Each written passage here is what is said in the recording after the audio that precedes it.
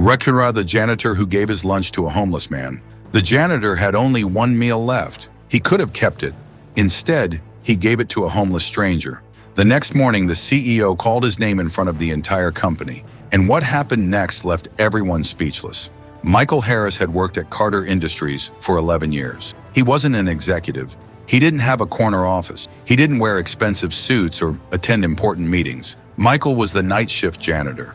Every morning, he cleaned the hallways, emptied trash cans, wiped fingerprints from glass doors, and made sure the massive corporate building looked perfect before employees arrived. Most people barely noticed him, but Michael never complained. He was 56 years old and lived in a small apartment 20 minutes from the office. Money was tight. Still, every morning, he packed the same simple lunch: a turkey sandwich, an apple, and a bottle of water. One cold Tuesday afternoon, something unusual happened. A homeless man walked into the company's lobby. He looked exhausted. His gray jacket was torn. His shoes were worn through. His beard was untrimmed, and his hands trembled from the cold. He approached the receptionist. "Excuse me," he said quietly. "I'm sorry to bother you. Is there somewhere around here where I could get something to eat?" The receptionist looked uncomfortable. "Sir, this is a private office building." "I understand. There's a shelter about 6 blocks away." The man nodded. "I know. I just haven't eaten since yesterday." A few employees waiting for the elevator glanced at him. One whispered to another, "Security should probably remove him." Another employee shook his head. People like that always find a way into these buildings. The homeless man lowered his eyes. "I'm sorry." He turned toward the door. That's when Michael noticed him. Michael had been pushing a cleaning cart down the hallway. He stopped. Then he looked at his watch. It was lunchtime. He opened his cart and pulled out his brown paper bag. He walked toward the man. "Sir?" The man turned around. Michael held out the bag. "You can have this." The man stared at it. "What?" "My lunch." "You're giving me your lunch?" Michael smiled. "I can get something later." The man hesitated. "I can't take your food." Michael gently pushed the bag toward him. "Please." The man's eyes became watery. "Thank you." Michael nodded. "Take care of yourself." The man walked outside carrying the small paper bag. Michael watched him disappear through the glass doors.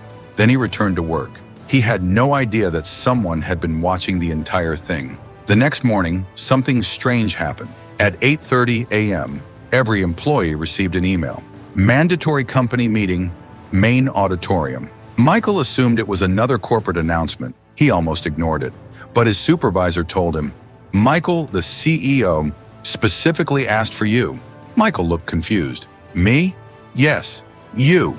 When Michael entered the auditorium, hundreds of employees were already seated. Executives occupied the front row. The CEO, Richard Carter, stood on stage. Michael slowly walked toward the back. Richard looked directly at him. "Michael, please come up here." The room became quiet.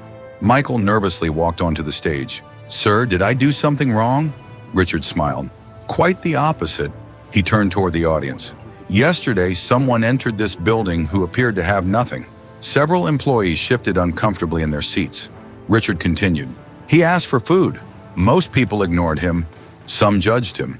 But one employee did something different. He looked at Michael. He gave that man his own lunch." The room went silent. Michael looked down. "It was just a sandwich." Richard shook his head. "No, Michael, it wasn't." Then Richard turned toward the screen behind him. A photograph appeared. It showed the homeless man from the previous day. The room erupted in whispers. Michael stared at the screen. Richard took a breath. "Everyone, I'd like you to meet the man in that photograph." The auditorium doors opened. The same elderly man walked inside, but this time he wore a tailored navy suit. His hair was neatly combed. His posture was confident. And the entire executive team stood when they saw him. Michael's mouth fell open. Richard stepped aside. "Everyone, this is Robert Carter." The room went completely silent. Robert Carter was the founder of Carter Industries. He had built the company 42 years earlier and retired several years ago. Most current employees had never met him. Robert walked toward Michael. "Yesterday, I came here because I wanted to see something." He looked around the room. "I wanted to know what kind of company I had left behind. I didn't tell anyone who I was. I dressed like someone nobody would consider important." He paused. "And what I saw disappointed me." Several employees lowered their heads. "But then I saw Michael." Robert smiled. "He didn't ask my name. He didn't ask what I could give him. He didn't even know who I was. He simply saw a hungry man." Michael looked emotional. Robert continued. That lunch was probably worth less than $10. But to me, it was worth more than millions. The room remained silent. Robert turned toward the CEO. Richard, I have one final announcement. Richard nodded. Effective today, Michael Harris will become the company's Director of Community Relations. Michael froze. Sir, I don't have the experience for that. Robert smiled. You have something more important. What?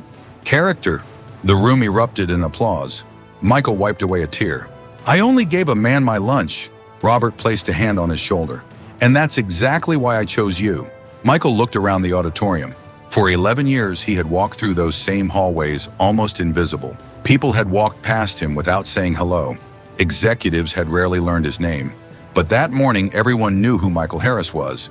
And Michael never forgot the lesson. Because leadership isn't about the size of your office. It isn't about your salary. It isn't about the suit you wear or the title printed on your business card. Real character appears when you believe nobody important is watching. The person you ignore could be carrying a story you know nothing about. The stranger you judge could be fighting a battle you cannot see.